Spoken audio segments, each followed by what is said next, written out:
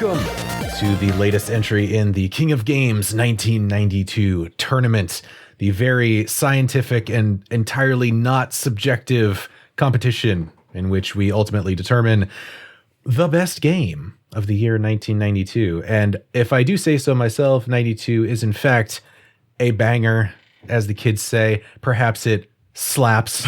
I don't know. Is that still relevant? I'm not sure. At any rate, relevant. We're here, and as the title might suggest, we are in fact talking about one Titan and one maybe kind of. I'm not setting the tone for anything, but The Legend of Zelda, A Link to the Past, and Kirby's Dreamland for the Game Boy. And I am joined today by two esteemed members of this very professional panel.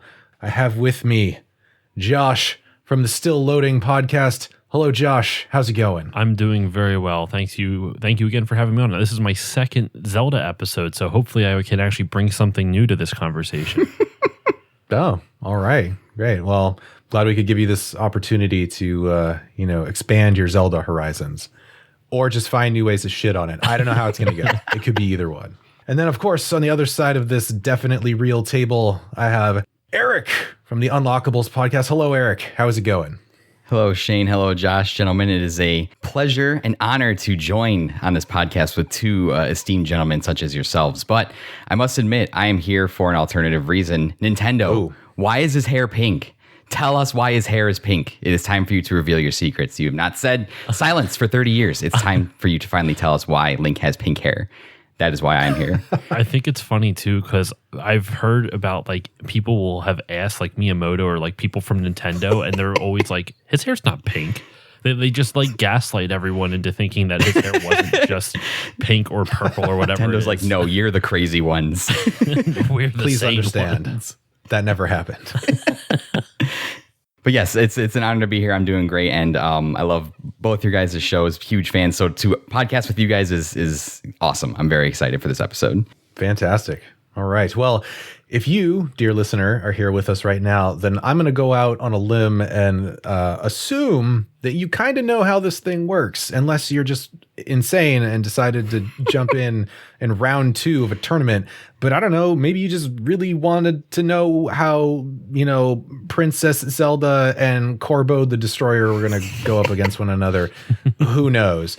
But in case you're not entirely familiar, I'll give you a quick rundown. So typically how these things are going to go is we will give a little bit of background information about both of the games that are going head to head today, give you some context there. We'll have a little bit of high level discussion about both, and then we'll take a quick break. And then from there, we get into the real meat of the episode. So at that point, we're going to be covering pretty much 4 major categories and assigning air quotes winners to each one of those personally. So we'll each sort of pick which one we think takes that category for us and why. And those categories are critical reception, our personal attachment, the legacy that the game has left behind, and head to head, which in this particular context means if someone was to sit you down right now and tell you you could play one of these games, which one would you pick and why? That is not necessarily saying that that is the game that you're going to choose to win this whole thing. It's just which one would you play if given the choice.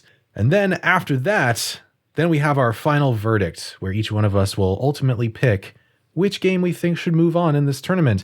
And much like Whose Line Is It Anyway, ultimately the points don't matter. So we could give every category to one of them and just pick the other one because reasons. I don't know. Anything could happen. It's crazy, and it has been crazy. So I'm interested to see how things go. That's actually how Zelda almost didn't beat Dune 2 in the previous round. Dune 2 took a lot of the categories, but it ended up just Zelda sneaking on by. I mean, you know what? I gotta give it to Dune 2 for kind of being the underdog there. But, I'm glad that it got the representation that I think it deserved. I'm with you on that. I'm pretty sure, I don't know if Chris even mentioned it in that episode. I forget now because we recorded it a bit ago. But I was the only reason that game even made it into like the top tier. Like it made it into the tournament. It wasn't even going to make it into like the buy-in rounds, the play-in rounds. I ranked it so high that it got it into the tournament. So I'm a little bit of a Dune, even though it's weird. I'm not even like a huge Dune 2 fan. I'm like, I got to give it its due. We have to talk about it. So there we go. Well, I'm definitely glad that you did. Yeah, I think it was an important game for sure. For basically an entire genre. I think we gave it what it needed. Apparently not as important as Zelda, though. No. Apparently not. Much to the chagrin of at least a few people in this tournament that I'm aware of. But at any rate, with all of that being said, I suppose we should probably go ahead and just kind of like jump into this thing. So let's talk a little bit about the background information for both of these games. And we're going to start with The Legend of Zelda, Link to the Past, which is, of course, for the Nintendo SNES, or Super Nintendo Entertainment System. It was released in North America on April 13th, of course, of 1992, and Europe saw it in September 24th, actually. It was developed and published by Nintendo. Regarding critical reception and sales, it's pretty good. It's pretty up there, as it turns out. Game rankings aggregate of about 93%, which is a pretty healthy score. We have a handful of contemporaneous scores from the time, with Famitsu giving it a beefy 39 out of 40, which I'm honestly not surprised because it's Famitsu. EGM, or Electronic Gaming Monthly, gave it a respectable 35 out of 40. GamePro with a straight 5 out of 5. And Nintendo Power patting themselves on the back with a 4.675 out of 5. So there you go. That's restraint from Nintendo. Number. Yeah. It's rare restraint from Nintendo. Well, it's because it's Zelda, right? It's like their like third stepchild or something. Right. I don't know. They show a little bit of restraint. It's not show favoritism. What's the first two stepchildren? Yeah, I mean, they can only shit on Metroid, you know? They gotta say Exactly. What's the first two stepchildren in this analogy? Because they have their children and then they have stepchildren. So if this is the third stepchild, what are the other two? Oh boy. Listen, don't try to apply logic to literally anything that I'm going to say, okay? I stand behind nothing. Fair enough. Awards and recognition. As it turns out, this is maybe a little bit of a long list. Surprise, surprise. But some of the hits, the highlights, if you will. It got Game of the Year from the Chicago Tribune, because newspapers apparently are, authoritative sources on games. Best video game sequel from EGM. Nintendo Power, in completely eschewing any of their earlier restraint with a score, gave it best graphics, best challenge, and best hero, and also runner up for Game of the Year. It got best game of all time in 2006 from EGM. It also got the same award from Next Generation in 99 and Popular Mechanics in 2019. It got second best game of all time from G4 in 2012 and IGN in 2019. And finally, best game of its generation from GamePro in 2009 and Kotaku Australia in 2014. Regarding sales figures, it is estimated that it has sold roughly 4.6 million units worldwide, and it is the 7th best-selling SNES game ever, including bundles, and the 3rd best-selling video game of the year 1992 in the United States, behind only Street Fighter II and Sonic 2, which is kind of funny given how this tournament has gone so far. So, having said all of that, Legend of Zelda. What do you guys got to say about that at a high level? Some analytical stuff. Anything academic you want to throw out there? Well, first off, I love the fact of the awards you pulled, because it just reeks of, this is not indicative of the game, but it really reeks of when you see a really shitty movie and it's 2 thumbs up from your neighborhood's, local newspaper. All these awards seem to be something from something of the Chicago Tribune. Not there's a lot of big publications, EGM, Next Generation, stuff like that. But I just love Kotaku Australia. It's these bizarrely specific niches where it's this is the best game Not of all just time. Kotaku proper, but specifically Only the Australian Australia. branch. Europe and America hated this game. Australia fucking terrible. loves it. It's like those indie games that like to like abuse the little Laurel images and just stick those on their covers so it looks like something from like the Cannes Film Festival. But when you actually read them, it's just like random dude on Twitter said this game's all right. That's exactly kind of what I was thinking when you were reading off all the awards. I'm like, I wonder if Nintendo just goes down to a local trophy shop and just sends them trophies to put in their trophy cabinet for all these awards they've been giving themselves. Because, yeah, Nintendo Power just kind of loaded it up there. And being from Chicago, I've lived there a few years myself. I'm curious to see who this writer is and to read that article just for hometown research. So I might have to go and do that. But I mean, I don't really know what more can be said. A lot's been said on the other episodes.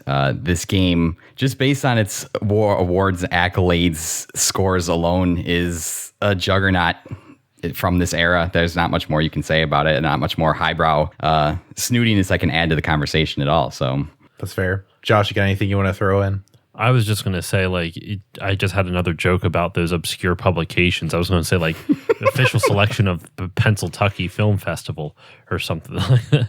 It made me think about, I think, Shane, you guys just did a episode on the worst box art covers. And I believe you mentioned the Arkham game that just had the slew of awards, or maybe Chris did, the slew of awards on it. And I was just like, yeah, if that was released today, I remember walking into GameStop to purchase The Witcher 3 and the complete edition, and on it has a laurel. It says over 300 Game of the Year awards. And I'm like, why are so many people giving out Game of the Year awards? That kind of devalues the award. But other 300. Right. I digress. But yeah, it's just, if this came out today, it would be littered. The front of the box art would just be littered with awards, Game of the Years, this, that, and the other. Best hero, best challenge, approved by Nintendo. Thumbs up. But no, in the Nintendo seal of approval. Right.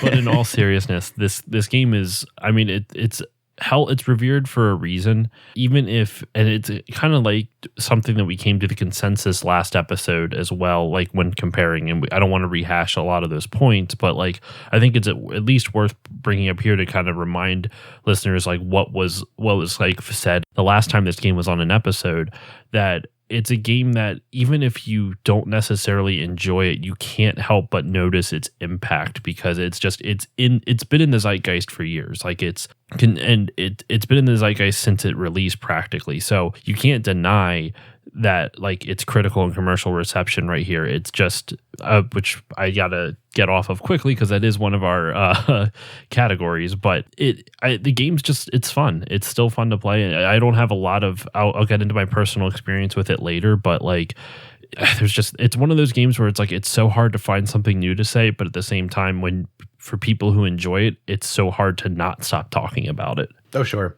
And I mean, it does have, that sort of Nintendo level of polish, right, that we kind of come to expect from a lot of those things. I mean, the soundtrack is by and large fantastic. The gameplay is solid. There's some arguments to be made about the actual like combat mechanics and how great those are, give or take. But overall, it controls the way you expect to control. It's smooth. It's fun to play for the most part.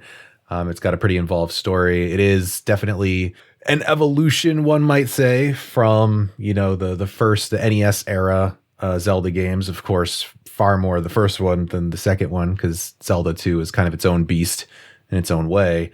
But yeah, I think you guys are right. I don't want to necessarily go too deep into that because of all the games that we're talking about in this tournament, I think this is one of the ones that doesn't even really need much of an introduction. I think anybody who cares enough to listen to this is pretty well familiar with Link to the Past at this point, even if for nothing else, at least through like social osmosis. So probably not too much more we need to say there. You guys know what it is. It's Zelda. With that said, moving along, we have our contender, Kirby's Dreamland, for the OG Game Boy. Kirby's Dreamland was released in April 27th in Japan, and then North America got it on August 1st that same year, with the PAL regions getting it shortly after on August 3rd. It was developed by HAL Laboratory and published by Nintendo. The game rankings aggregate, in terms of critical reception and sales, significantly lower. I was actually kind of surprised by this, but it is 62%. We don't have many contemporaneous scores available, however, for this one. It's not quite as a prestigious list as Link to the Past had, but we do have All Game giving it a 4 out of 5 stars, and then IGN with a pretty respectable 8 out of 10.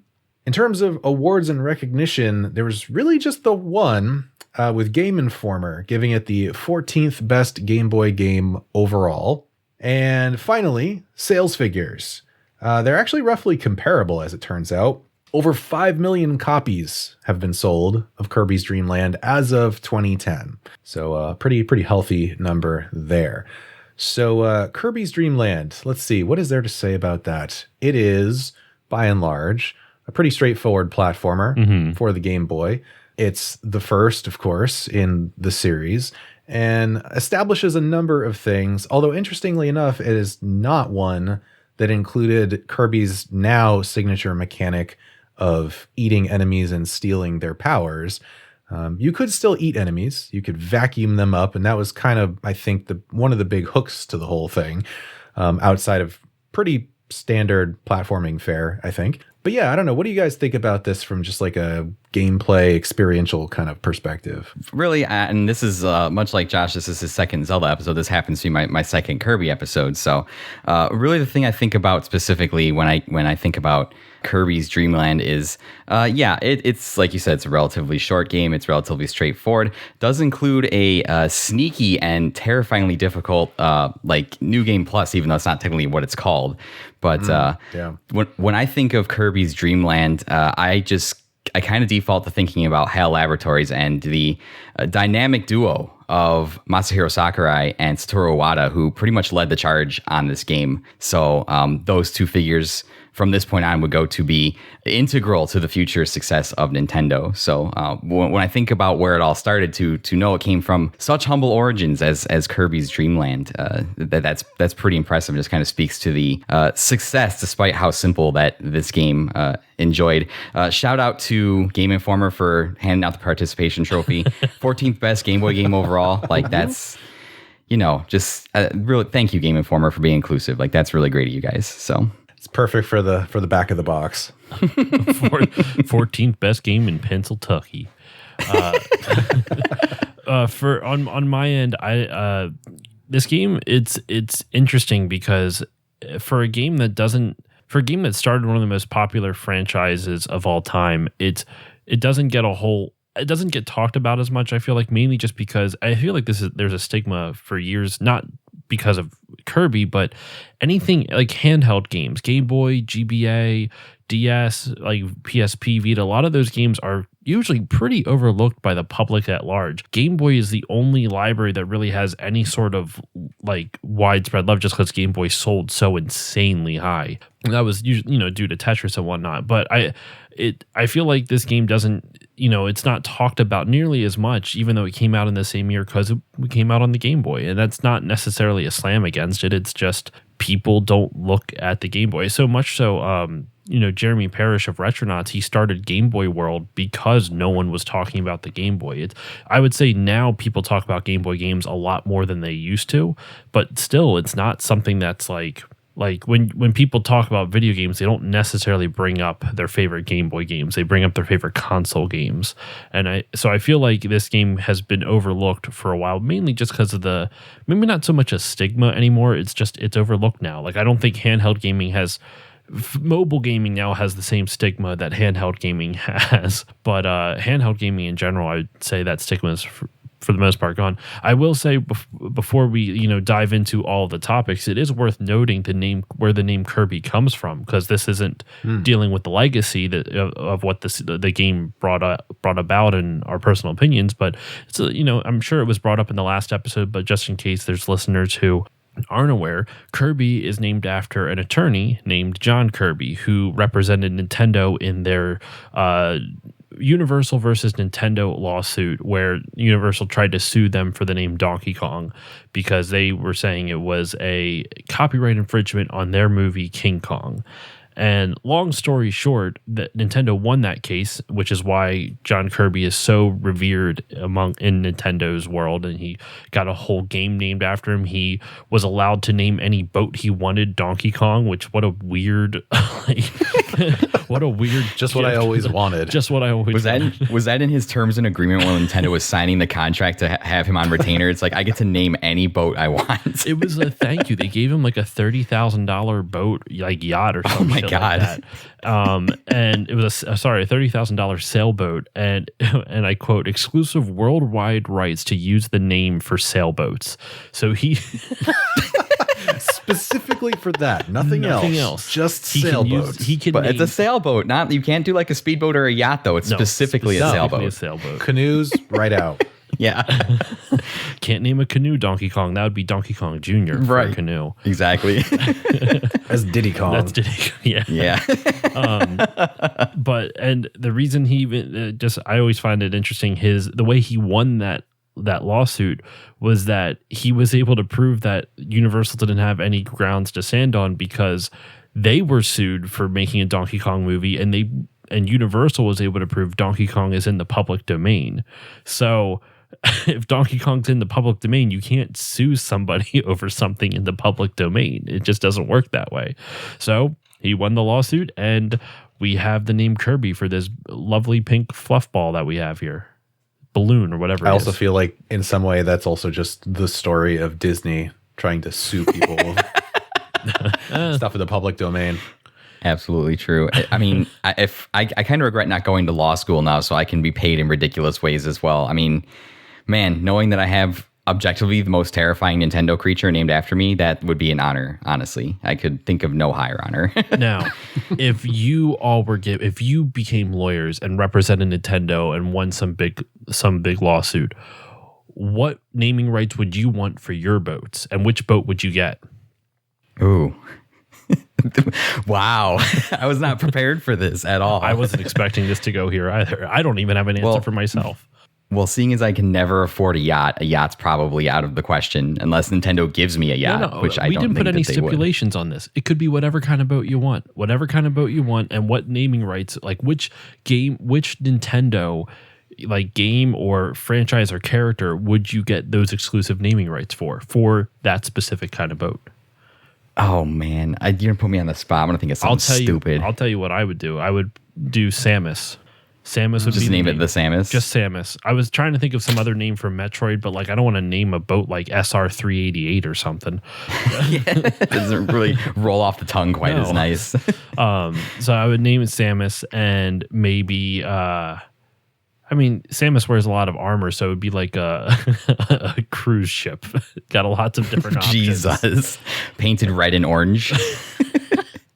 How awful would that be, like sailing up along the coastline? This giant red and orange, like, what is this, Southwest Airlines? Like, what's going on here? Exactly. I feel like the first thing that came to mind for me was just like a matte black speedboat called Bullet Bill. I kind of like that's that, dope. actually. That would be pretty cool. Yeah, that's super cool. I thought of a old wooden pirate ship called Charge and Chuck. I like it. Nice. Because that's I thought about Charge and Chuck. Yeah. That's the first enemy when I was 3 that I ever died to playing a video game. So he holds a special place in my heart. That is an incredibly specific memory. It is do you really indeed. want to name a boat after something that was your first memory of death in a video game? Like, how is that? Yes, Josh. Is that an omen for the rest of Tempting fate. Yes, Josh. I'm tempting fate. Exactly. All right. Well, yeah, John Kirby. God bless him. Yeah, for sure. Okay, well, I suppose with all of that out of the way, we are going to go ahead and take our first break. And then when we come back, we are going to jump right into our categorical discussion and start assigning definitely meaningful points to all of these games. So catch us on the flip side.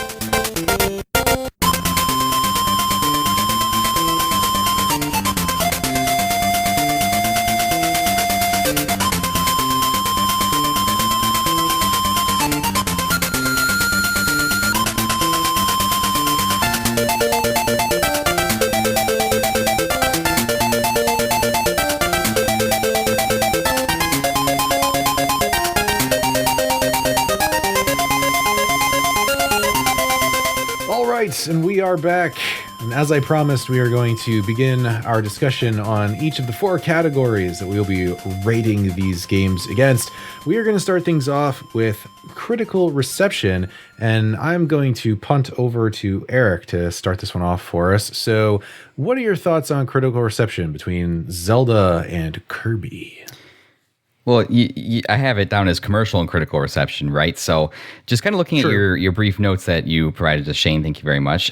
If you're just on the commercial side alone, this one's actually pretty close. And if Kirby initially outselling Link to the Past by 500,000 copies, it looks like, as of the aggregate numbers. But we know, it's commercial and critical reception. So its numbers, sales do not win a category alone. And I think just based on the critical reception alone, I think I have to give it to Link to the Past. I think that the trucks were rolling up to Nintendo with trophies just unloading in their lobby with all the heaps and the praise and the accolades that this game got. A rather lengthy list that Shane laid out for us. The Chicago Tribune getting in on the action for some reason. Must have been a bad football season for the Bears and just losing all the time. But yeah, I digress. I think that it's. I don't think I have to spend too much time on it. This is a game that has near universal acclaim in almost every corner. It did back then. It does now. Even on modern contemporary lists, 2019's. It is listed as the second best, the best game of all time, with many people even saying it is the best Zelda of all of them, even against Ocarina of Time. So Link to the Past is definitely the more critically received game by far, despite the fact that I think Kirby is just as well as designed as Link to the Past. It's just... when it came out, this game was a juggernaut. And just trying to put myself in the shoes of 1992, having a game like Link to the Past come out in 92 must have blown a lot of people's minds. Yeah, for sure. And I mean, on the point about, a lot of folks considering it to be the best Zelda game above even Ocarina of Time and I guess more recently Breath of the Wild, I would say that people are entitled to be wrong, and that's okay. And with that, I guess I'll go next. So, I'm, for not echoing a ton of the same sentiments, suffice to say, I think the sales numbers certainly speak for themselves. I think they're on roughly even footing there, but ultimately it is really hard to compete with the reception that Link to the Past got and continues to get from people to this day. It's huge. It was huge. It continues to be huge. And I really don't think there's too much of a comparison to be made in this particular category. So without a lot of elaboration, I think I got to give it to Zelda as well. I would say, I think it's even worth noting that, I mean, I'm just going to be straight up honest now. It's going to go to Zelda for me as well. But I think there's something to be said too about the commercial reception. I understand that Kirby technically sold a little bit more based off those figures. However, I still consider Zelda a bigger commercial success for this reason only. Look at the attach rate for the game compared to this number of systems sold. There was, according to Wikipedia, so take that for what it's worth, there was 49 million Super Nintendos sold, and there was 118 million Game Boy/Game Boy Colors sold. So when you look at that 5 million copies out of 118 million Game Boys versus a little like 4.5 million copies out of basically 49 million, you're looking at basically every 1 out of 10 NES Super Nintendo owners owned A Link to the Past, versus it's like, I don't even know, 1 out of every 20, 1 out of every 30 for Game Boy owners owned Kirby. I'm completely guesstimating that. I have no idea. I didn't do the math on it, but obviously the attach rate's going to be lower when you have 5 million out of 120 effectively. So even though technically it sold more, I think it's more important to note the attach rate, because that ratio is more telling of how commercially successful a game was. And just by ratings, and I mean, I'm kind of actually with you on this, Shane. I don't think A Link to the Past is the best Zelda. I'm nowhere near a Zelda expert, even though this is my second Zelda episode that I've been on. But it's out of the Zeldas that I've played, I think it's more or less just hard to determine. I'll just say this. The other Zeldas, I think, definitely learned from what Link to the Past did. And we'll get into more of that when we get to Legacy. But I'm with you that I don't think it's the best Zelda either. But yeah, no, it's got to go to Zelda. I mean, commercial and critical reception, this is the shortest segment for a reason. You just look at how many reviews everything got and what the sales numbers are. And that's that. It's commercial and critical reception definitely goes to Zelda. I have to put in there too that I also agree with both of you guys that I don't think it's the best Zelda. I have purposely wired my chair to elicit an electric shock to not mention at all the Zelda title that comes out in 2017. So to avoid that conversation completely. But and I think too, Shane has a really nice bullet point in here too that even further shifts the needle in the commercial reception for Link to the Past. It was the third best selling game of '92 behind Street Fighter 2 and Sonic 2. Street Fighter 2, which in my understanding single-handedly extended the age of arcades a few more years by itself, and Sonic 2 that basically sold Sega consoles for Sega. So I think to have it be the third best-selling game behind two really absolute juggernauts, two games that were also in this tournament is just another nail in the coffin that I didn't think about until after I scrolled back up and saw the notes. So Yeah, and also, I mean, Josh brings up a really good point about the attach rate too, because when you compare those numbers, it actually is far more telling as far as the popularity is concerned. And I know, and interestingly enough, and this is just going to segue right into it, so I'll kick the next one off, which happens to be personal attachment. With such a high attach rate in Legend of Zelda, Link to the Past, I apparently was one of those people who didn't have it. I had a Super Nintendo and I never owned Link to the Past. I think I might have rented it on a couple of occasions. And at one point, and this was later on down the line, I borrowed it from a friend, borrowed the cartridge. Might also still be the cartridge that I have to this day. So sorry to that friend. But I never had it. And actually, the personal attachment thing for this one for me is interesting because I admittedly don't have much for either when it comes down to it. I'm actually with you on that. Yeah, I became a fan of Zelda as a series later on. But Cards on the Table, Ocarina of Time was my game. That was basically like my entry point really into the Zelda series, and it's the one that I've played the most out of all of them. So I kind of missed this, and I definitely missed the first two. Not even so much of an age thing. It was just when I was playing Super Nintendo, Zelda and the style of game that Zelda wasn't really the style of game that I was into at the time. Like I was very much just into straight platformers or action games and stuff like that. I hadn't quite gotten as deep into RPGs as I am now and have been for some time. So I kind of gave this one a pretty wide miss, not purposefully, it just kind of happened. And as far as Kirby is concerned, Kirby's never been particularly interesting to me as a character. I mean, he's cute, okay?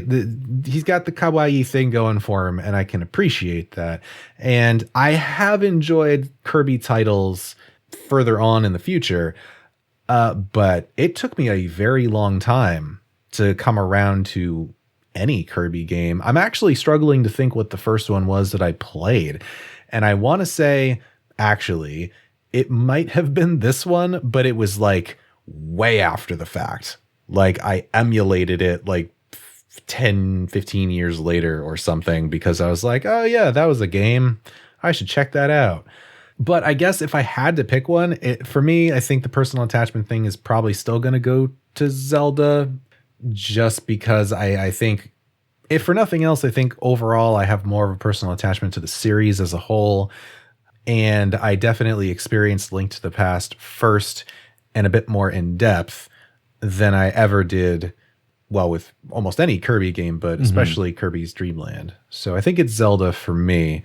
Let's see, we'll change up the order a little bit. So bounce it over to Josh. What are your thoughts on your personal attachments? So like I said at the beginning of your part, is that I also don't have a lot of personal experience with either of these. I didn't grow up with a Super Nintendo. I had a Game Boy sort of as a kid. I mainly used it to play Pokemon, like a lot of kids back in the 90s. And it wasn't until I got into really got into gaming, liking game history and liking older games, that I was like, oh, the first Kirby game was on Game Boy? Huh, that's interesting. I would have been 3 when this game came out. So my personal attachment for the year wouldn't have done anything. I wouldn't fucking known anything that was happening in 1992, really. So my personal attachment is really low for both of these. I think the first time I played A Link to the Past was a couple years ago. I mentioned this in last episode, so I'm going to keep my my personal experience with Link to the Past short. But yeah, I played a couple years ago. I really enjoyed it. Like, I legitimately enjoyed it. I do think it's better than Ocarina of Time, personally. And Ocarina of Time was my first Zelda. I mean, Ocarina of Time's just 3D Link to the Past. I'm just saying. I don't. That's fine. But with that said, it's still not my. It's still. I don't think it's the best one. Now, I want to get your guys' opinion on something before I move over to my personal memories of Kirby. When we did the episode for the last Link to the Past episode with Dune 2, Chris mentioned that he's not a big fan of the Zelda formula. He's not a big Zelda fan, and that's totally fine. But his whole argument was that when Breath of the Wild came out, everyone was praising it for breaking away from the Zelda formula, and that was the reason why Link to the Past is not a good game. I find that logic very flawed, personally. I went into that episode where I can explain why. That if someone's curious, I can either re-explain it or just you can go back and listen to that episode. But do you agree with that? I personally don't, but I want to get your guys' takes. So what he said was that Breath of the Wild, people were praising Breath of the Wild because it was different than the typical Zelda formula, and that's why Link to the Past is bad? Because Link to the Past created that formula. Like, is the formula? Yeah. Gotcha. Yeah, I don't know, because I think in some ways you can make an argument that Breath of the Wild is more like the first Zelda in that it's a lot more open-ended and kind of just drops you in and says, like, you know, it's dangerous, go, here you go, take a thing. So in that regard, I guess I could see that. I don't know if I necessarily agree with that logic. I have my own reasons why I don't necessarily like Link to the Past as much. I guess, you know what? It's probably somewhat related to personal attachment, so screw it. Why not? Without going on like a soapbox rant or anything, because I may be prone to do that on occasion. I don't know. Pulls out soapbox from the corner. Right. Yeah. This just happens to be here. But no, I have never finished Link to the Past. Oh. Not for lack of trying, however. And that is because I thoroughly dislike the mechanic of basically giving you the entire game served in a slightly different fashion for an entire back half of the experience. It's part of the reason that I have held the long-standing belief that Symphony of the Night would be an even better game if it was half as long. Because unlike apparently a lot of people, and I have come to know that evidently this is a spicy take, so whatever, but as soon as I hit the upside down castle portion in Symphony of the Night, most people apparently get there and they're like, mind blown. They're like, oh my God, it's like the same castle, but it's upside down. And like, you can explore the whole thing again. And that's crazy. And I'm like, yeah, great. When I got there, I was just like, oh, I just did this, except right side up. Right. I'm like, okay, so I have to go through the same areas again, just kinda different. And like, I don't want that to denigrate like the effort that went into designing a castle that works both upside down and right side up. That's actually pretty impressive. Credit where credit is due. It's less of the mechanics and more of the feeling of it. And that's the same thing with Link to the Past, which is you get to like, you know, Alt Hyrule, and that is the point. Shortly thereafter, time varies, but at some point shortly after that, I usually just end up dropping the game. And I thought a lot about this morning, actually, prior to this episode, and I came to the conclusion that I think the reason that I drop off games when they do this is because it is an interruption in the natural progression of the game in my mind. Where like most RPGs, if I'm getting just continually pushed along and like you're leveling or whatever, you're gaining new items, you're doing whatever, blah, blah, blah, you're discovering new areas. Fantastic. That's great. Like that's going to keep me engaged. And I feel like there's a constant upward mobility, right? Mm-hmm. When a game does this, even though technically you are still progressing, such as it is, it feels to me like a hard pivot point that breaks the flow. And if you break that flow of progression, you lose me. that's the point where I'm just like, okay, well, I feel like I could stop here and I'd probably be fine. And that's usually what ends up happening. So anyway, that's my feelings on why I think Link to the Past is not the best Zelda game. Anyway. Thank you for coming to my TED Talk. Yes. Yeah. I'm sorry. So Eric, do you have anything you want to add to that? Just to briefly touch on Josh's question, I think I can understand where Chris is coming from. I think Link to the Past is a fine game, a good game in its own right, and I don't hate it for all the reasons that Shane laid out. But when I look back at, and I guess I'll just wind this in with my personal history. I had always kind of had an intersecting, like crossing in life with Zelda. I had played it at certain points and missed certain games, but then briefly touched other games. It's very strange how I've like had like just very small tangents of connection with this game series throughout my life. I played the Oracle games on Game Boy. I briefly played Ocarina. I didn't play Majora until much later. I've never played Wind Waker. I've never played Twilight Princess. I briefly played Skyward Sword, and then I played Breath of the Wild for probably like 300 hours. So I've had a very weird, like tangential intersection with this series as a whole. And the one thing I kind of got out of why Breath of the Wild I think was so beloved was, yes, and this will come into the legacy and the replay value and stuff like that later in the episode, but Link to the Past, I couldn't help but notice in my playthrough and just hours of the YouTube rabbit hole watching video essays on all the Zelda games and all this stuff, and just all the knowledge that you've picked up through just hearing over the years how great Zelda is and what it's all about. I think that Link to the Past is solely responsible for establishing the Zelda formula that we've come to know and love and / or hate, for better and for worse sometimes. Having played the original Zelda and realizing that how much freedom that is, when Miyamoto originally designed that game, he said that he got the idea from exploring caves around his house, and he just wanted a game where players could explore.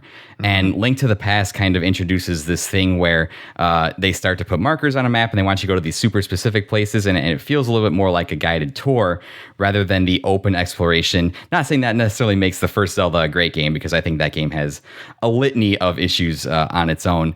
But I think when people see that Breath of the Wild kind of brought that back, even though it is still kind of a little bit guided experience, but it gives you the openness to approach any part of the game in any order you want, in any amount of progress that you want. Like, you can get off the Great Plateau and just go fight Ganon with a mop if you want to, which is insanity, but also awesome. So I think I kind of understand where Chris was coming from that point. It's like, if you're going to make a game that's all about like exploring the adventure and the secrecy and the mystery of it, like, yeah, there were a lot of things in Link to the Past that I found were really cool discovering on my own. I do agree with Shane, though. Once I got to like the upside down Stranger Things Hyrule, and I kind of got to like the second or third dungeon through there, I was like, man, I'm really dragging with this game now. Like, I feel like I've experienced it. Something else I'll bring up too is like, I ran around this fucking map like 47,000 times looking for stuff. And I've warped back and forth probably thousands of times, so I can kind of get it. But like I said, my personal attachment, just to get back on track with that, I played Breath of the Wild. That got me like back into playing Zelda, and now I've been going back and playing your Ocarina of Zero. I played the Link's Awakening remaster for the Switch, and now this is the first time at 31 years of age playing Link to the Past, and to see the legacy of how Link to the Past established the Zelda formula that made this franchise so successful was really cool. My personal attachment, just right off the bat, let you know, is going to go to Kirby, because I played more of Kirby when I was younger. I experienced Kirby. I actually, just fun fact, and I mentioned on the last episode too, of Kirby, not to get too long-winded here, but I originally fucking hated Kirby's Dreamland because I played Kirby Superstar first, and I regard Superstar. I think Superstar is a sneakily underrated game on the Super Nintendo. I think that game is fantastic. I think that and Nightmare in Dreamland on the GBA is the absolute pinnacle of Kirby. And so when I got Dreamland for my Game Boy, and I was playing it, and I was like trying to suck up monsters and get their abilities, I was like, well, this is bullshit. Like, I can't do the thing that I did in Superstar. I hate this. But then when I went back and played it for the King of Games, I realized it's actually a really, despite how simple it is, and despite the limitations of the hardware, Iwata, Sakurai, and Hal did a really good job making a really well put together game with the hardware limitations that they had. And so just because of that, and just having a little bit more personal attachment to the series and the franchise as a whole, I'm going with Kirby for my personal attachment. All right. What I wanted to follow up on, though, since we, in regards to the question I asked about like what were your thoughts with like Chris's opinion on that. My argument that I made on the episode against it was that the Zelda, like, it's one thing to not like the formula, totally understandable. That's total preference, but it was so successful that it spent the next 20 years doing the same formula over and over again. So like to use Breath of the Wild as the reasoning that the formula is bad makes no sense, because if it was like A Link to the Past and then Breath of the Wild immediately afterwards, and everyone was like, oh, thank God we're away from that Link to the Past formula, 100%. And I would almost arguably that's what Zelda 2 is. Like, they tried it that one time, it didn't do as well. Not saying it's a bad people game, hated it. People didn't like it as much, and then they went to Link to the Past, excuse me, and they're like, oh, thank God it's it's kind of back to what it's a similar feeling to what we know of the first game. But that's not what happened with Link to the Past. Link to the Past, it created, and this is a little bit with Legacy, but there's more that I can talk about with Legacy afterwards. But like, it's not what that's not what happened with Link to the Past. Link to the Past was so successful, the formula was so popular that it took 20 years to get away from that formula. I would say 2013 when A Link Between Worlds came out is when they first finally kind of started breaking free of the shackles of what Link to the Past did. And that's not to vilify Link to the Past formula, but it's just that's kind of they iterated on it just without making any huge changes. I do find it kind of funny that we're probably going to get a lot of shit for this episode because we're three people who aren't deifying A Link to the Past. True. Which you could say we're making a little bit more critical look with this. Let the haters come. Right. Yeah, I mean, while we're on that topic, just to fully ensure that I rile everybody up, Link Between Worlds is a bitter Link to the Past. There, I said it. No, I would agree with that. 100%. I think a lot of Zelda fans actually do agree with you. Some of the ones that I've listened to, at least. What I was going to say, though, real quick, is for my own personal attachment to Kirby, to bring that whole thing back to full circle. Oh, right. That's what we were talking about. That's how this whole thing started. My personal attachment with Kirby is even less than Zelda. My first Kirby game was actually Kirby Mass Attack for the DS. And I never actually beat it because something made me rage quit. It was that I went through the whole game, but to get to the final level, you had to be perfect on every other single level in order to unlock the final level. Because with Mass Attack, you have a shitload of Kirbys that you have to bring from point A to point B, from the beginning of the level to the end. And you have to complete the level to, get the best quality, to perfect the level, you have to complete it with a certain number of Kirbys. And so I go to the final one, and it's you need to perfect every single level. You need to complete every level with the expected amount of Kirbys, not just finish it with those Kirbys. And I'm like, well, that's fucking stupid, because why would you even let me finish the level if I can't beat the game without perfecting the level? Make me fail state the level then, or have the requirements be just I have to, complete with this amount. You have to do it. And then that's the minimum to move on with the game. So that was my first Kirby game. The first Kirby game I actually beat wasn't until the newest one, Forgotten Land. And I really enjoyed Kirby and Forgotten Land. I thought that was a lot of fun. My experience with this game specifically is kind of limited only because I don't own it in my collection. The only way I was really able to try and play it was on my emulator on my phone, which is the worst possible way to play any Game Boy game because there's no tactile feel. Every time I would try to hit the right, I would always hit up and right, so Kirby would automatically float up into the ceiling or whatever the fuck. And it was just nothing, no fault of the games. It was one of those ones where I'm playing this, I'm like, this would be so much better on the Game Boy than the way I'm experiencing it right now. So my personal experience does have to go to Zelda just because I do have more experience with it, but I can Kirby's still fun. Even with my shitty experience of it, I don't blame the game for that. I blame the way the method in which I played, which was on an emulator, which It's totally. I mean, I of course I deleted it after 24 hours, like every good legal law-abiding citizen. Yeah, of course. Nintendo, please don't listen to this episode.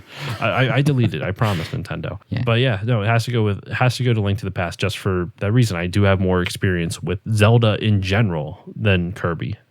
All right, that was a unexpectedly chonky personal attachment section, but we made it.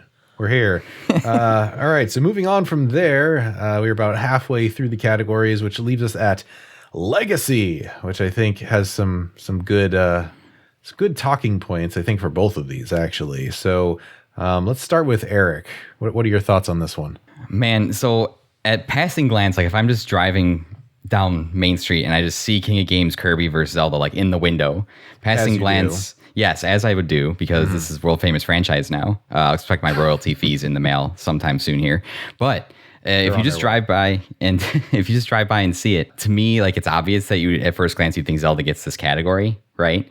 I'm just letting you know now, like I'm kind of talking myself through this because I haven't actually decided this one yet. So hang on, buckle up for this shit. Buckle up your sit downs, listeners. Yeah. So when I first think about the legacy of this game, the teams behind both of these games, despite Kirby being objectively a way simpler game than Zelda. Zelda, you got Miyamoto, Koji Kondo, Takashi Tezuka, that whole team. HAL, you have Satoru Iwata, Masahiro Sakurai, Jun Ishiki, just legendary names at Nintendo. Especially on the HAL side, Sakurai would go on to start Smash Bros. Iwata would go on to lead the company. Both these games are very well designed in their own right. Zelda is the shining example of what was possible on the NES. I mean, I was just thinking about playing this, like unwrapping this Christmas Day in '92, plugging Nintendo and just having this great, fantastic, huge world to explore. That was been like unlike anything that was seen at the time in that scope and that scale, even with the alternate flipping world and stuff like that. And also having just a really great introduction to video games in Kirby, a simple game that's easy to play, easy to pick up, but again, like Josh alluded to in his personal information or personal preferences, difficult to master because they throw in really hard, sneaky bullshit in there too. So the question to me is, what do you value more in Legacy? Both of these things did great things for Nintendo. Link to the Past established the Zelda formula, like Josh alluded to, that sold hundreds of millions of copies of these games going forward from Link to the Past all the way up until Breath of the Wild, which broke that, established a new formula, and now it's going to sell hundreds of millions more. We'll just continue to print money for Nintendo forever. But Kirby, although to a lesser success, established a brand new franchise for Nintendo, a brand new character in their legendary stable, their roster of characters. So to me, it's, what do you value more? Do you value the establishment of a formula that made you money, or do you value the establishment of a new IP and two of Nintendo's brightest young minds that went on to lead the company into the near future? And on paper, you know, just looking at these two franchises, Zelda has literally outsold Kirby by 4-1. So it's kind of like, it's really what do you value more? And even now I'm kind of struggling to kind of make a decision on it. I honestly think as much as I would want to give it to Zelda, I think in an upset, I'd have to go with Kirby. I think that I value much higher personally establishing a brand new franchise that has made Nintendo money and has been successful, although to a lesser degree, than establishing a Zelda formula that I enjoy and I like, but other times I also hate. So I think that I'm going to have to go with Kirby. So that's a good question, Eric. Like, what do you mean? Like, what defines legacy? I will say, by you just picking a personal attachment for the game to kind of, like, I don't know how much that would be an objective decision as to like which wins over legacy.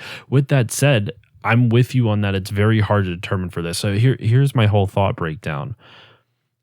Link to the Past, you know, cemented the Zelda formula. We talked about this in the last episode where it's like, you don't really, it's one of those games that's so influential you can't see a direct line from it, but it influenced so many different things. It influenced so many other creators and game designers and so just musicians, like artists. Like, it's influenced so many. It's so important to the culture that it's hard to really pinpoint like what it is its legacy in the culture. With Kirby, it's a little bit, it's also hard to pinpoint because while it created a super popular franchise, you know, it helped establish it. I also think it's arguably like You could look at you mentioned some of the people who worked on it, Sakurai and Satoru Iwata. Sakurai created, went on, like you said, went on to make the Smash Brothers series, and this is his first game. So this is the game that put him on a path towards one of the most profitable franchises. He created two of the most profitable, iconic franchises for Nintendo of all time, Kirby and Smash Brothers. Like he got his start from this. So just without Kirby, how much of an effect does that have in Smash? You know what I mean? Like you could make the argument. I'm not saying Smash would never have existed. It's not like a direct line like when I mentioned in the other episode, like Dune 2 to RTS stuff. But like there is an argument to be made, like how much does Sakurai benefit from his experience in this, and how much did that inform his design decisions going forward in the rest of his career with Nintendo so far? And then you have Satoru Iwata, who at the time was still relatively new to Nintendo. I mean, he had been around for a couple of years helping Nintendo out with stuff, but he went on to become president. Now, I'm not saying that Kirby's Dreamland is like, there's no like, I feel like Iwata would have become president of Nintendo with or without Kirby's Dreamland, but you can't deny the fact that since he worked on it, like there is some effect that it played on him in his role in moving up the company ladder with Nintendo. So it's weird because on one hand you have Zelda, Link to the Past, like almost a deity in the cultural zeitgeist of video games. And then you also have Kirby, which is a super popular game in the cultural zeitgeist. And it also started the career of one of the most important figures in Nintendo and furthered the career of who became their eventual president with Iwata. So like, I know I kind of like, harped on it a little bit, like, oh, you just kind of picked like a personal preference, but like I'm looking at this and I genuinely can't pick. It's weird. Like I know what my personal preference is, but I genuinely don't know if you're looking at just like the facts laid out, which one has the bigger legacy. I can't fucking tell you. Like there's just, if you're like you're saying on the surface, you go with Link to the Past because that's the more known one. I think I'm going to go against my personal opinion of game, and I'm going to go with Kirby. I'm going to go with Kirby on this one. Wow. Okay. I was honestly surprised, but you were able to put it so much more eloquently to the point I was trying to make. It's like, based on my understanding of video game history, at this point in time, HAL was in severe financial straits when they made Kirby, and when Satoru Iwata kind of came in and took over and became president. They made Kirby's Dreamland. If this game had not succeeded, I'm just imagining what the ripple effect of like HAL going under, like how, or if it gets fully absorbed by Nintendo instead of being like just a subsidiary or whatever, like what does that really look like? And I think my personal preferences might be intertwined in the legacy a little bit, but I look at those two guys that come out of that, and and I'm probably going to sound insane here because we're talking about video games, but Miyamoto single-handedly changed my life because Mario was the first game I ever played. But to think about as large an impact as Iwata and Sakurai have had on my life, Iwata, overseeing some of the most financially successful times at Nintendo during his tenure. Some missteps yet, but the Wii was a juggernaut. Whether or not that's real video games or not, that's another discussion for another time. And then, Sakurai, nearly killing himself multiple times to develop the Smash Bros. Series, working crazy long hours, not eating and not taking care of himself.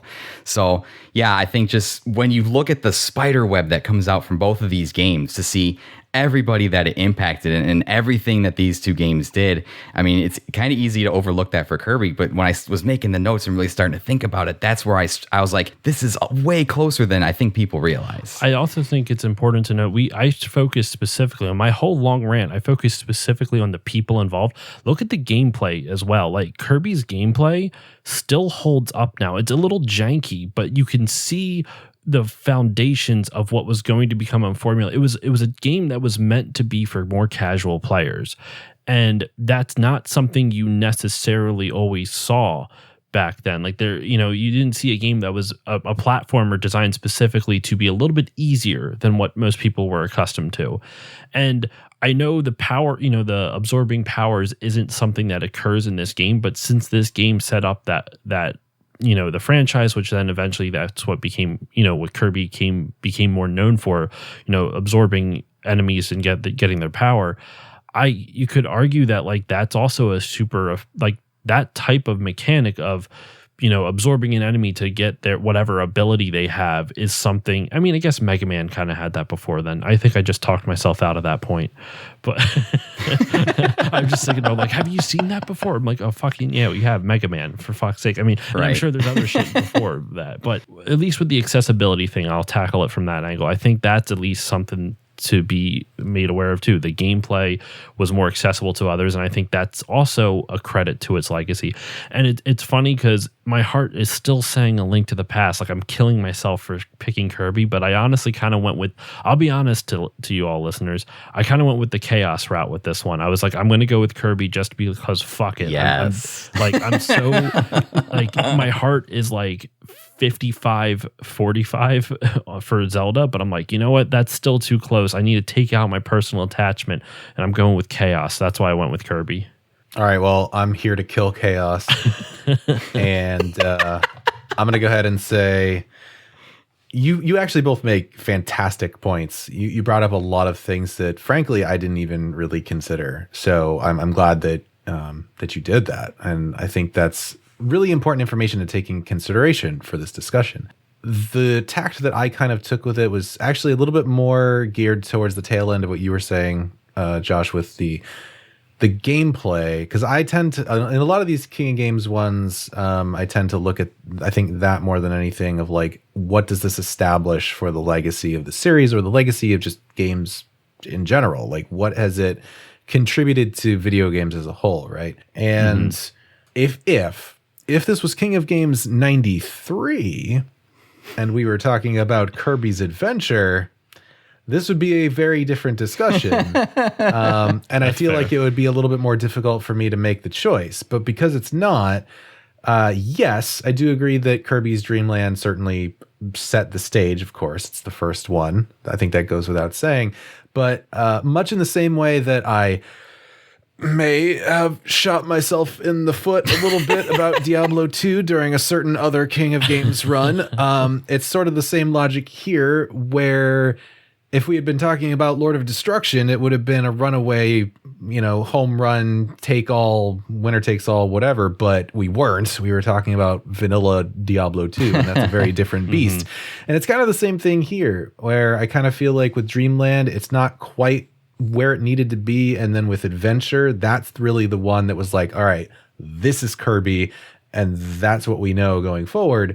Whereas, as we've kind of already, elaborated on, Link to the Past is really the thing that cemented this gameplay formula, for better or worse, for Zelda and for the 80 billion Zelda clones that have been made since then. And for the record, I actually don't have an issue with the Zelda formula, unlike Chris. I actually enjoy it. Like, there have been times where, like, I actually really like Twilight Princess because it's a very just straightforward Zelda game. It does all the things that I expect a Zelda game to do. It doesn't get too weird. Like, I actually really enjoy it for that reason.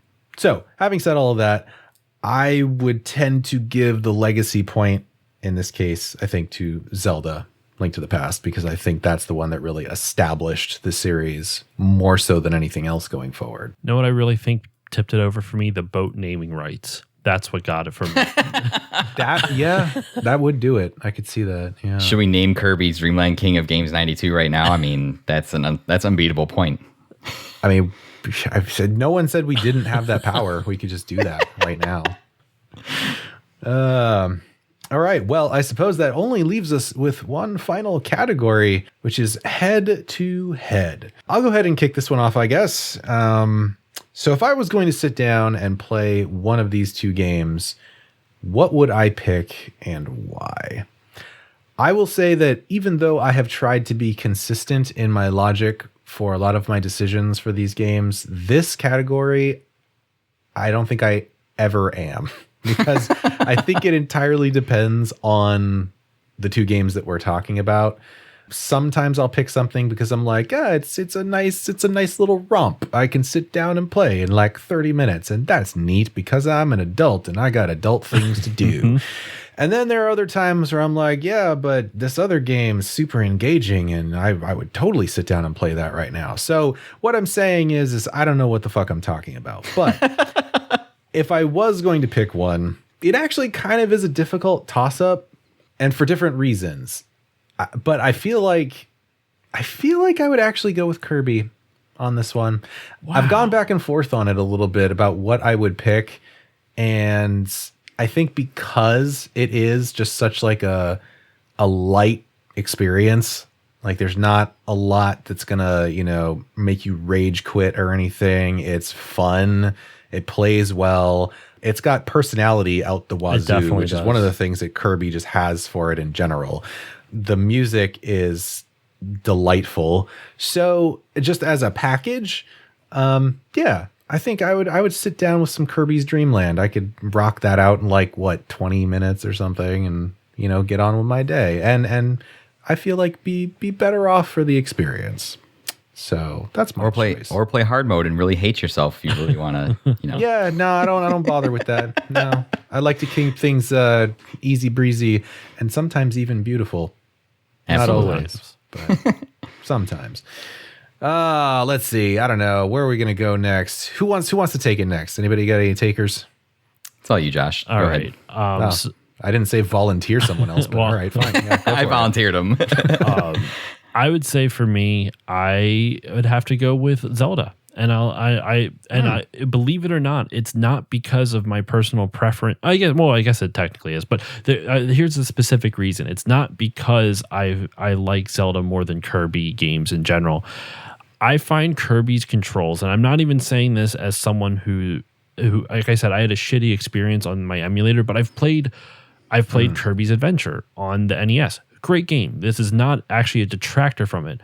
I've never been the biggest fan of the control mechanics of Kirby. How when you hit up, he floats. Like, it's not that that's even bad. I don't even think it's a bad design choice. It's just that I find that you have a jump button and then you have a float button, and I don't always think they work well together. I find too often I'm screwing stuff up. And I've always kind of just enjoyed top-down Zelda combat. I like that style of gameplay overall. I like Zelda bosses a lot. I think that's one of the things that Link to the Past really did, in my opinion, for Zelda in general. And you know what? To touch on Legacy, I do think it kind of did for gaming in general. They're very good at creating inventive bosses. There's a lot of fun mechanics, and even the shitty Zelda games, a lot of them at least have one or two fun bosses that are inventive in some way you weren't really expecting. And that's what I like about Zelda games. The bosses are super inventive. And Kirby, the bosses are pretty iconic. Like, the tree, I always forget the name of the stupid tree, but the tree that you see in like almost every fucking Kirby game that, tries to blow you off the map or whatever, or drops apples from it. Like, it's got iconic moments. The bosses are fun, but I just like Zelda more. I enjoy the gameplay. I enjoy the combat more. I prefer Kirby's world a little bit just because, like you're saying, it's got more. I do think it has more personality than Zelda. Zelda, I think, if we're going off just A Link to the Past, I feel like Kirby's more interesting to me. But as Zelda goes on, like. This would be a dumb comparison because they're two separate years, but like Wind Waker, I think, has one of the most fun and interesting worlds of any Zelda games I've ever played. Like, I would choose that over Kirby in a heartbeat, but strictly just Link to the Past, I like Kirby's world more, but I still would rather play Zelda now. It's more fun to me. Well, that leaves it up to you, Eric. Oh, I already know where I feel like I know where this is going. Listen. None of this has to do with my personal preference. It's objective. It's really objective thinking and timing about when I played these titles. Okay, so listen. I enjoyed playing both of these games. Right. I got over my hatred of Kirby's Dreamland for not being Superstar. So that's a come to Jesus moment I've had during this tournament, which I think is great. Getting to experience growth. Yes, personal growth. I've matured and evolved. I like to think I'm maybe a better person now, but I think time will tell. But getting to experience Link to the Past for the first time was there was something magical about it, and there was something magical about getting to actually kind of see and understand and be like, oh yeah, like all these things I'm doing, I'm running here, I'm getting items, I'm accumulating an arsenal of weapons, of things to solve puzzles in these dungeons as I explore the world, to kind of see how that formula got its start and kind of establish the traditions of the series overall, was very, very, very, very cool. But like Shane mentioned back towards the top of these categories and these criteria here, I personally burned out on Zelda about like when you got to the Dark World, like the third dungeon in the Dark World, and I was just kind of like, okay. And at that point, I started feeling like I'm doing a bunch of running around. I'm warping back and forth, trial and error. Like I'm just meandering around, just running around this map fucking 47,000 times over and over and over again, trying to like find where I'm supposed to go, do what I'm supposed to do. And for whatever reason, like I did not enjoy that last like fourth half of my playthrough. Whereas when I finished Zelda on Sunday, and I played Kirby the next day, I played Kirby yesterday, and I just found myself more delighted, more comforted, more maybe I'm just at that age where I like experience like a more simplistic gameplay experience, or I'm at that point in my life where it's just so busy that I just want something that's simpler now. I don't know what that is, and that's not taking anything away from Zelda. But if I'm picking up a game right now, if I turn this off and I can only, in Zelda and Kirby are laid out in front of me, I'm picking up Kirby to play before I go to bed. So my answer is Kirby. All right, well there you have it. So that officially Josh is never having me on his show again. I was going to say, I think your point about the game being short is a valid one, because I feel like, especially for all of us being middle-aged adults, like time it's one of those things. You know why Portal is considered one of the best games of all time? It's because it's short. It knows exactly the length it needs to be. And I do agree with you to a point that A Link to the Past is a little longer than it needs to be, but I feel like that's more of a symptom of us getting older, because for fuck's sake, we don't have as much time as we used to. We got adult shit to deal with. So like having a game that takes like get on microphones and talk about video games. Exactly. Really important shit. I always think about that. I'm like, if I wasn't doing this podcast, I'd probably have a lot more time to play these games that I claim I don't have time to play. Right? Yeah, my honey-do list would be a lot shorter. That's for sure. But it's still a valid point, man. Like it's like I had a long play of it because I didn't have, like I was saying, I played on a shitty version, so I could barely get the game to function. It was so hard to control, which once again, not the fault of the game. It's because I'm playing on my phone. But like the long play of this is 20 minutes, like 20 or 30 minutes. Like if you know what you're doing, you can beat the game in under like. Even if you don't know what you're doing, the game is probably like a 2-hour long game. Like it's not that long. And it's just one of those things where you get in and you get out, and it's like this perfect length for a game, in my opinion. Or I shouldn't say perfect, but it's a good length at the very least. So I think it's a very. I just wanted to bring that up because I always find like length of game to be an interesting discussion point, and I thought you bringing it up was interesting. So while I'm still going with Zelda, I like those points you made. All right, gentlemen. Well, that brings us to the conclusion of our categorical discourse, which interestingly enough leads us to basically like a clean split between the two, which I did not expect at all. But our results look like critical reception goes to Zelda with a sweep, 3-0. We've got a 2-1 split. Personal attachment also going to Zelda. And then on the back half of our categories, the last two go to Kirby, a 2-1 in legacy and a 2-1 in head-to-head. So we are right down the middle. I don't know what that says about the final verdict. Probably nothing, because it doesn't matter. But maybe. And you're going to find that out pretty soon as we come back from our final break.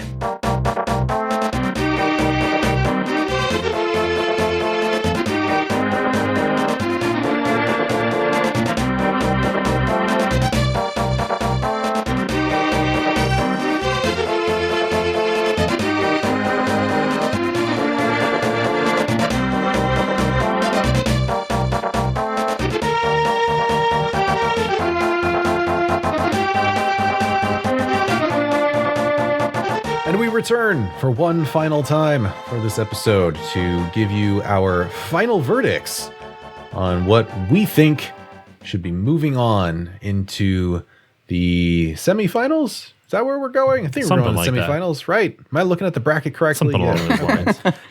The next round. Yeah, moving on at any rate. And whether that should be Kirby's Dream Land or Legend of Zelda Link to the Past. Is there anyone that would like to go first? I'll go ahead and put the option out there because usually whoever goes last, unless it's just like a total sweep, it's a lot of pressure to be under. So I'll go last. no, nobody wants to. Oh, you want to go last? I'll go last. Brave. I think Great. Josh All right. is just going last because I think he knows what I'm going to say. Well, in that case, I guess I'm just gonna have Eric go first then. Oh man. So yeah, actually I gotta say I'm pleasantly surprised. First of all, I was not expecting this to be a 2-2 split. I was honestly, like I said, if you're doing a drive-by first glance, like you would just think the obvious answer is Zelda. But the fact that I think we were able to make it competitive and make it an interesting conversation with Kirby and realize that, I think Josh brought up is this game, I don't think gets the recognition it deserves for all the things that it did, being on the Game Boy and stuff like that, despite being the 14th best-selling game on the Game Boy. But to me, for all the criteria, I leaned in heavily for Kirby just because, I do have a lot of personal attachment to it. And the points that I thought I came up with were enough to convince me that Kirby deserved to win those categories.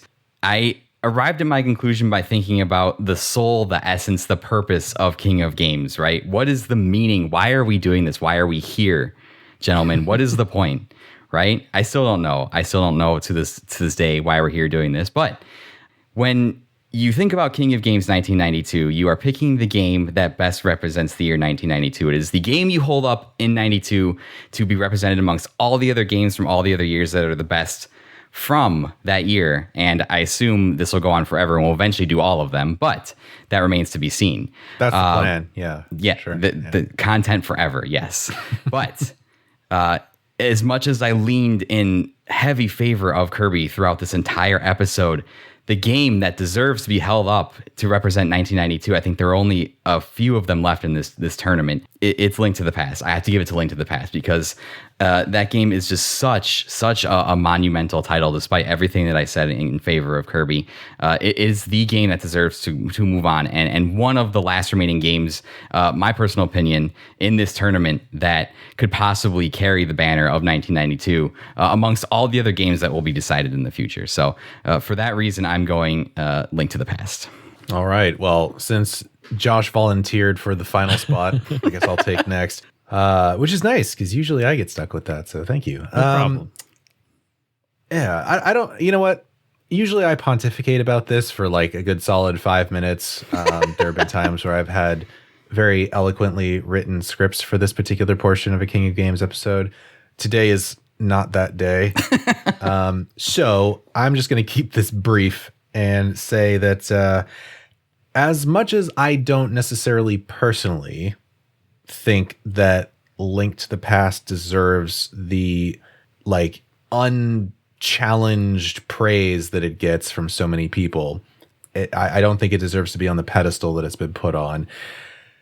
I would be remiss if I did not recognize how important it is, both to the Zelda series as a whole, having established the formula that worked quite well for them for a very long time and inspired many, many other games to do the same and to, do their own sort of spins on it. And we've gotten a lot of really great games from that, a lot of indie titles and things like that. So I would have to say, yeah, it without saying too much, I guess, about Kirby, because I appreciate the fact that we did, I think, give it its due here. And I think it is very important in the ways that we described, especially with what you two brought up. I'm glad that you did because, like I said, I didn't think about that. So I'm glad somebody did. But I think it making it here even is a testament to how important it is in this tournament. So I think that's, it's gotten what it needed out of the tournament. But ultimately, I mean, it's pretty fucking hard to compete with something like Link to the Past. And my personal gripes with it aside,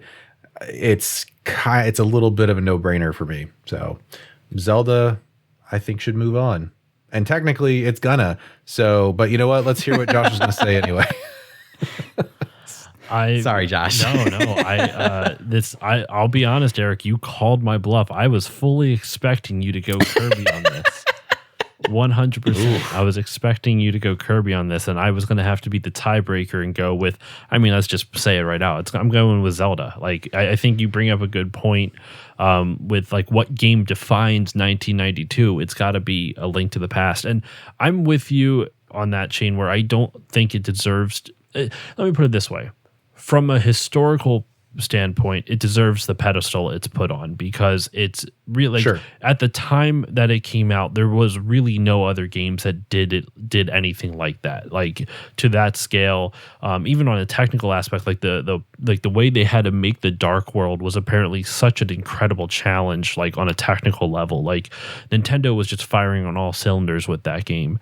And as much as I, when I say I don't think it deserves the pedestal it's been put on, that's more coming from now, 30. I mean, Zelda Link to the Past is 30 years old this year. That's with 30 years of retrospect, playing other Zeldas and playing other games. If I were to go back to that time and look at it, what it was at the time, I think you have to go with it. Nothing else was like it at the time. So if you're looking at the thing that defines 1992 and gaming up to that point, as much as Kirby did a lot of cool things and a lot of different things, it wasn't nearly as big of a moment for 1992 as Link to the Past was. So you kind of have to go with A Link to the Past, at least in my opinion. So yeah, that's a clean sweep. Link to the Past, all three. I can't say I wasn't expecting that. However, it was not quite the bloodbath that I thought it was going to be, so that's nice. And Kirby went 8 rounds or however many it was, so. Yeah. He's a resilient little puffball, if for nothing else. Well, folks, that means we have reached the natural conclusion of this debate, and it appears Link to the Past will be moving on in King of Games 1992. And so, first and foremost, I would, of course, like to thank our other esteemed judges here today. So Eric, Josh, thank you very much. And as we are wont to do, and I have to say that on these episodes because Chris fucking steals it on all of our main episodes these days. Eric, why don't you tell the fine folks where they can find what you do out on the internet? Yeah, absolutely. Before I do that, though, I just say it was an honor to judge these games alongside you guys, Shane and Josh. I am huge fans of both you guys, so this was absolutely awesome to get to podcast alongside the Dick Dragon himself. It's an immense honor. I had to get that in there. I'm sorry, but yeah, my name is Eric. I host a show called The Unlockables, found wherever podcasts are available. If you'd like to find me, you can just go to linktr.ee/unlockables podcast and find all my good stuff there. And I bill my show as the story of video games, the people who play them, and the memories made along the way. So pretty much I just bring guests on to talk about their memories of video games growing up. Josh has been on the show. I know I've had Chris on the show. Shane, you're next. So I'm going to be ringing that phone call here pretty soon. So get ready for that. But all right. And we just come on and we have a good time. So you can find me wherever podcasts are available. And yeah. Fantastic. All right, Josh, what you got? So yeah, my name's Josh. I'm the host of the Still Loading podcast. And actually, before I go into a spiel, I just wanted one more final point. Not bringing up any points about the game specifically. I just thought it was kind of cool that Eric is a holdover from the previous Kirby podcast. I'm a holdover from the previous Zelda podcast. So it really was like this head-to-head mashup that I don't think was entirely planned, but it kind of worked out pretty well. Yeah. I just popped in my head, felt like shouting out because I thought it was kind of cool. But anyway, so my show, Still Loading Podcast, you can find it also wherever good podcasts are given away for free.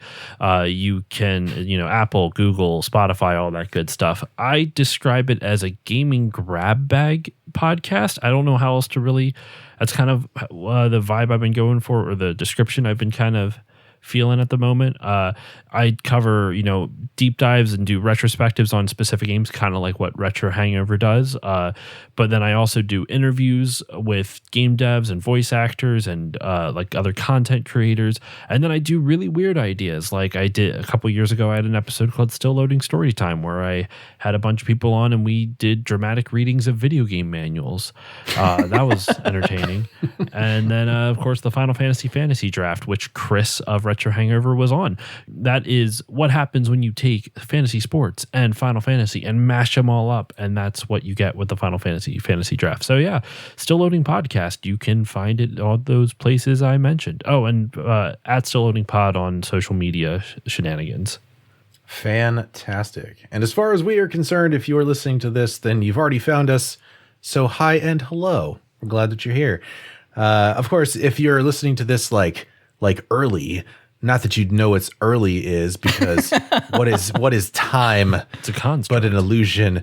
But at any rate, that probably means you're a patron, in which case, we're forever grateful for that, because I still think it's insane that people give us money to do this. But if you're going to do it, I'm not going to stop you. So thank you.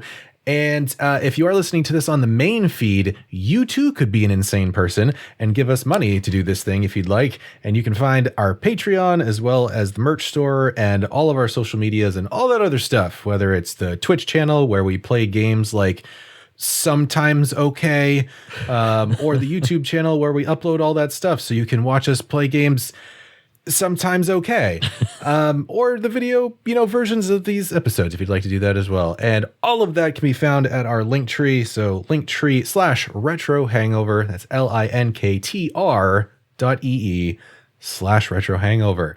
And with all of that, I think we're going to go ahead and close this one out. So this has been a fantastic time, and we will see you on the next head-to-head match in King of Games 1992.